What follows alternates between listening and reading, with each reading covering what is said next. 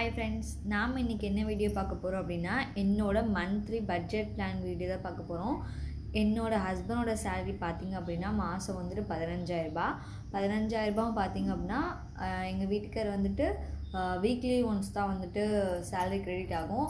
அது மட்டும் இல்லாமல் நமக்கு வேணால் வீக்லி வாங்கிக்கலாம், இல்லை மந்த்லி வந்துட்டு வாங்கிக்கலாம். ஆனால் வந்துட்டு எல்லார் மாதிரியும் வந்துட்டு சம்பளம் 1ஆம் தேதி ஆனாலாம் வந்து கிடைக்காது. 10ஆம் தேதிக்கு மேலே தான் வந்துட்டு சேலரி வந்து தருவாங்க.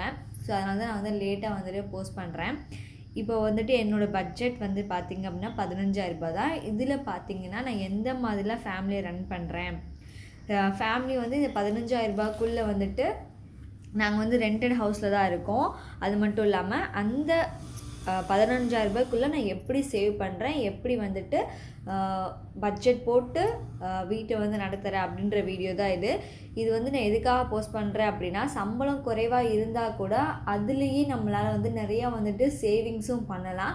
எப்படி வந்துட்டு சேவிங்ஸ் பண்ணலாம், எந்த மாதிரி செலவுகளை குறைச்சோம் அப்படின்னா நம்மளால் நிறைய பணம் சேமிக்க முடியும், அதை பற்றின வீடியோ தான். வீடியோவை ஸ்கிப் பண்ணாமல் பாருங்கள், அப்போ தான் உங்களுக்கு புரியும். இதே மாதிரி நீங்களும் பட்ஜெட் போட்டு உங்கள் ஃபேமிலியை ரன் பண்ணிங்க அப்படின்னா உங்களுக்கும் வந்துட்டு எந்தவித சிக்கல்களும் இருக்காது, நிறையா பணமும் சேமிக்கவும் முடியும். அது பெண்களுக்கு எல்லாமே வந்து நல்லாவே தெரியும். பட்ஜெட் போட்டு செலவு பண்ணுறப்ப நமக்கு கொஞ்சம் நிம்மதியாகவும் இருக்கும். இதுக்குள்ளே செலவை எடுத்து வச்சிட்டோம், இன்றைக்கான செலவு வந்துட்டு இவ்வளோ தான் அப்படின்றது நமக்கு நாமளே வந்துட்டு தெரிஞ்சுக்கும், ரொம்ப வந்துட்டு யூஸ்ஃபுல்லாக இருக்கும். சரி, வாங்க வீடியோக்குள்ளே போகலாம். நாங்கள் பார்த்திங்க அப்படின்னா ரெண்டட் ஹவுஸில் தான் இருக்கோம். ஃபஸ்ட்டு நாங்கள் வந்துட்டு இந்த வீட்டுக்கு வந்த புதுசில் வந்துட்டு எங்களுக்கு வந்துட்டு 2,500 வந்து வாடகை. இப்போ வந்துட்டு 3 வருஷம் ஆனதுக்கப்புறம் 500 வந்து எக்ஸ்ட்ரா ஏற்றிருக்காங்க. ஸோ என்னோடய ரெண்ட்டு பார்த்திங்க அப்படின்னா 3,000. நான் வந்துட்டு பார்த்திங்க அப்படின்னா வந்துட்டு வெஜிடபிள்ஸ்க்கு வந்துட்டு பார்த்தீங்கன்னா 200 போட்டிருக்கேன். அதாவது நான் வாரம் சந்தையில் தான் வந்துட்டு வாங்குவேன். நாங்கள் 2 பேர், எனக்கு ஒரு பையன், சின்ன பையன் இருக்கான். ஸோ அதனால் பார்த்திங்கன்னா நான் வந்துட்டு வீக்லி வந்துட்டு 200 தான் காய் வாங்குவேன். அது நம்ம சந்தையில் போய் வாங்குறப்ப கூறு காய் விற்கும். கூறு வந்துட்டு 10 ரூபாய் 20 ரூபாய் அந்த மாதிரி தான் வந்துட்டு காய்கறிகள் வந்து விற்கும். அப்படி வாங்குறப்போ நமக்கு வந்துட்டு கொஞ்சம் கம்மியாக கிடைக்கும். அது மட்டும் இல்லாமல் சந்தையில் வாங்குறப்ப ஃப்ரெஷ்ஷாக இருக்கும். விவசாயிங்க தான் வந்துட்டு அவங்களே வந்து நேரடியாக வந்துட்டு விற்பனை பண்ணுவாங்க. அப்படின்றப்ப நம்ம அவங்கக்கிட்ட கம்மியாக கூட வந்துட்டு வாங்கிக்கலாம். ஸோ ஒரு வாரத்துக்கு பார்த்தீங்கன்னா நான் 200 போட்டிருக்கேன். அப்போ 4 வாரத்துக்கு 800 ஆச்சு. அப்புறம் பார்த்தீங்கன்னா க்ராசரி ஐட்டம்ஸ், மளிகை ஜாமான்கள் பார்த்திங்க அப்படின்னா 1,000 தான். 1,000 ஃபுல்லாகவே எனக்கு செலவாகாது. அந்த 1,000 நான் வந்துட்டு கொஞ்சம் வந்து கம்மி பண்ணிப்பேன். ஆனால் மாதம் 1,000 வந்து எடுத்து வச்சுக்குவேன். நான் வந்துட்டு ஹோல்சேல் கடையில் தான் போய் வாங்குவேன். நம்ம வந்துட்டு பக்கத்தில் சும்மா போய் வாங்கிட்டு இருந்தோம் அப்படின்னா சம்டைம்ஸ் வந்துட்டு பருப்போட விலை வந்துட்டு ஏறி இருக்கும், சம்டைம்ஸ் இறங்கியிருக்கும். சர்க்கரை, கோதுமை இந்த மாதிரிலாம் வந்துட்டு ஒவ்வொரு நேரம் பார்த்திங்க அப்படின்னா விலைவாசி அதிகமாக அப்போ ஏறிக்கும். ஆனால் நம்ம வந்துட்டு ஹோல்சேல் கடையில் போய் வாங்குறப்போ கொஞ்சம் கம்மி பண்ணி வாங்கிக்கலாம். நம்ம வந்து ரெகுலராக வாங்குறப்ப அவங்களே வந்து நமக்கு வந்து கம்மி பண்ணிக்குவாங்க. ஸோ அதனால தான் வந்து மளிகை ஜாமான் நான் 1,000 வந்து போட்டிருக்கேன். பால் பார்த்திங்க அப்படின்னா காலையில் ஒரு 1/4 லிட்டர், சாயங்காலம் ஒரு 1/4 லிட்டர். அப்போ வந்துட்டு 1/2 லிட்டர் வந்துட்டு 30 போட்டோம் அப்படின்னா 30 நாளைக்கு வந்துட்டு எவ்வளோ ஆச்சுன்னா 900 ஆச்சு. நான்வெஜ் பார்த்திங்க அப்படின்னா நானும் என் பையனும் மட்டும்தான் சாப்பிடுவோம். என் ஹஸ்பண்ட் வந்து சாப்பிட மாட்டார், அவர் வந்து வெஜிடேரியன். ஸோ அதனால் வந்துட்டு நான் வந்துட்டு வீக்லி ஒன்ஸில் எடுக்க மாட்டேன், 2 வாரத்துக்கு ஒருக்கா தான் எடுப்பேன். ஏன்னா பையனுக்கு வந்துட்டு அடிக்கடி உடம்பு சரியில்லாமல் போயிடும், அந்த நான்வெஜ் வந்துட்டு ஒழுங்காக செரிமானம் ஆகாதனால நான் வந்துட்டு 2 வாரத்துக்கு ஒருக்கா தான் வந்து எடுப்பேன். அதாவது பார்த்திங்கன்னா 200 எதுக்கு நான் போட்டிருக்கேன் அப்படின்னா, சம்டைம்ஸ் நான் வந்துட்டு என்ன பண்ணேன்னா 1/4 கிலோ, இப்போ மட்டன்லாம் எடுத்தேன்னா 1/4 கிலோ தான் வாங்குற மாதிரி இருக்கும். அப்படி இல்லை அப்படின்னா நான் மீன் வாங்குவேன். ஏதாவது ஃப்ரெஷ்ஷான மீன் பார்த்திங்க அப்படின்னா இங்கே கடல் மீன்லாம் வாங்க மாட்டேன், இங்கே ஆற்றுலேருந்து பிடிச்சிட்டு வருவாங்க. அந்த மாதிரி மீன் நம்ம வாங்குறப்போ நம்ம கம்மியாக வந்துட்டு வாங்கிக்கலாம். அங்கெல்லாம் வந்துட்டு ஃப்ரெஷ்ஷாகவே கிடைக்கும். இங்கே மாயனூர் டேம் இருக்குது, அங்கே பார்த்திங்கன்னா ஃப்ரெஷ்ஷாக கிடைக்கும். ஸோ அதனால தான் வந்துட்டு நான் மீன் வந்து நான்வெஜ் வந்துட்டு 200 போட்டிருக்கேன். அப்போது எனக்கு மந்த்லி எவ்வளோ ஆகுது அப்படின்னா 400 ஆகும். அடுத்து பார்த்திங்கன்னா சில்ட்ரன் ஸ்நாக்ஸு. என் பையனுக்கு பார்த்திங்க அப்படின்னா நான் என்ன பண்ணுவேன் அப்படின்னா, இந்த மாதிரி கடையில் விற்கிறதுலாம் வாங்காமல் ஸ்நாக்ஸ் வந்துட்டு பார்த்திங்க அப்படின்னா அந்த சிப்ஸு அதெல்லாம் வாங்கி கொடுக்க மாட்டேன். இந்த பிஸ்கெட்ஸ், திணை பிஸ்கெட்ஸு, இந்த மாதிரி நல்லா ஹெல்த்தியான ஸ்நாக்ஸ் வந்து வாங்குவேன். நட்ஸு அந்த மாதிரி தான் வந்து என் பையனுக்கு வந்து ஸ்நாக்ஸாக கொடுப்பேன். வெளியில் விற்கிற ஐட்டம்ஸ் எதுவுமே வாங்க மாட்டேன். எதுக்காகனா அந்த மாதிரி வாங்கி கொடுத்தோம் அப்படின்னா குழந்தைங்களுக்கு நாமளே வந்து கெடுதல் விளைவிக்கிற மாதிரி இருக்கும். அது மட்டும் இல்லாமல் நம்ம வீட்டிலேயே கூட வந்து செஞ்சு கொடுக்கலாம். அப்படி செய்கிறப்ப குழந்தைங்களும் கொஞ்சம் ஆரோக்கியமாக இருப்பாங்க. முடிஞ்சளவுக்கு குழந்தைங்களுக்கு வந்து நட்ஸு இந்த மாதிரி நிறைய கொடுத்தீங்க அப்படின்னா நட்ஸு ப்ளஸ் வந்துட்டு கடலைப்பருப்பு அந்த மாதிரி கடலை உருண்டை எள்ளு உருண்டை அந்த மாதிரிலாம் கொடுத்தீங்க அப்படின்னா குழந்தைங்களும் கொஞ்சம் ஆரோக்கியமாக வளருவாங்க. அது மட்டும் இல்லாமல் அவங்களுக்கும் வந்துட்டு சின்ன வயசுலேருந்தே ஹெல்த்தியாக கொடுத்தீங்க அப்படின்னா பெரிய பசங்க ஆக ஆக அன்ஹெல்த்தி இதெல்லாம் வந்துட்டு அவங்களே வந்துட்டு ஒதுக்கிடுவாங்க. அடுத்து பார்த்தீங்கன்னா ஃப்ரூட்ஸ், நான் கண்டிப்பாக வந்துட்டு ஃப்ரூட்ஸ் வந்துட்டு மாதம் மாதம் வாங்கிடுவேன். என் பையனுக்கு பார்த்திங்க அப்படின்னா ஃப்ரூட்ஸ்னால் ரொம்பவே பிடிக்கும். ஏதாவது ஒரு ஃப்ரூட்ஸ் வந்து கண்டிப்பாக வந்து நான் வாங்கிடுவேன்.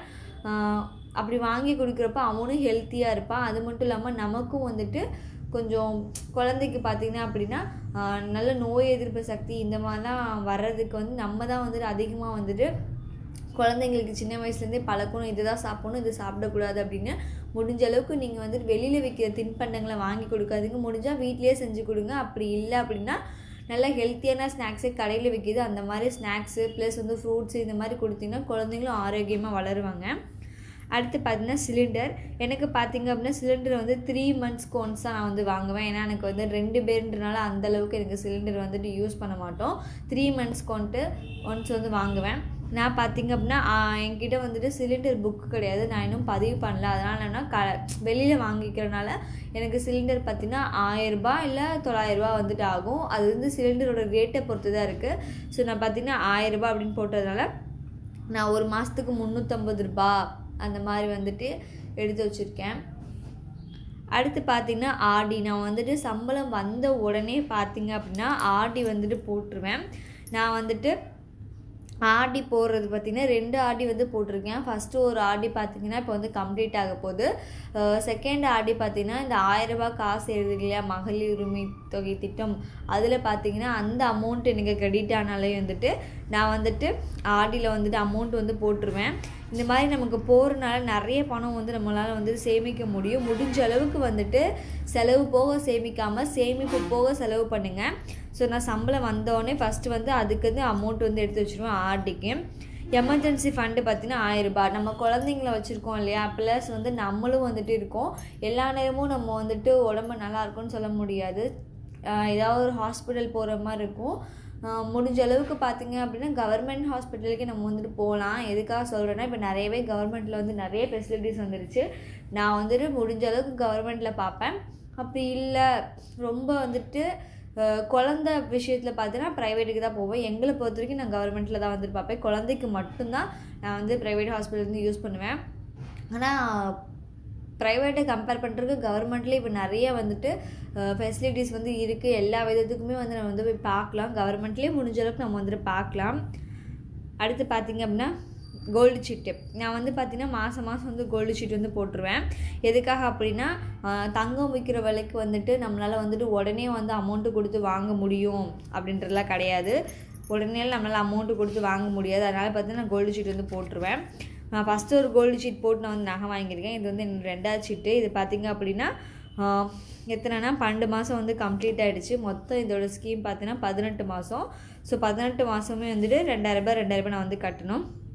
அடுத்து பார்த்திங்கன்னா எஸ்பியில் பார்த்தீங்கன்னா 1000 ரூபாய் எடுத்து வச்சுக்குவேன். எதுக்காக எஸ்பியில் 1000 ரூபாய் எடுத்து வச்சுக்குவேன்? எல்லா நேரமும் நம்ம கையில் வந்துட்டு அமௌண்ட் இருக்காது இல்லையா. எப்போயாவது நம்ம வந்துட்டு ஒரு சேவிங்ஸ் வந்துட்டு போட்டு வச்சுன்னா, இப்போ பேங்க்கில் போட்டு வச்சுருந்தோம் அப்படின்னா நம்ம என்ன பண்ணுவோம், ஏடிஎம் யூஸ் பண்ணி அமௌண்ட் வந்து எடுத்துருவோம். ஸோ அந்த மாதிரி இல்லாமல் எஸ்பியில் போட்டு வைக்கிறப்போ நமக்கு வந்து தேவைன்னா எடுத்துக்கலாம், தேவையில்லைன்னா வந்துட்டு அந்த பணம் வந்து அப்படியே இருக்கும். ப்ளஸ் வந்து வட்டி நமக்கு வந்து கிடைக்கும்.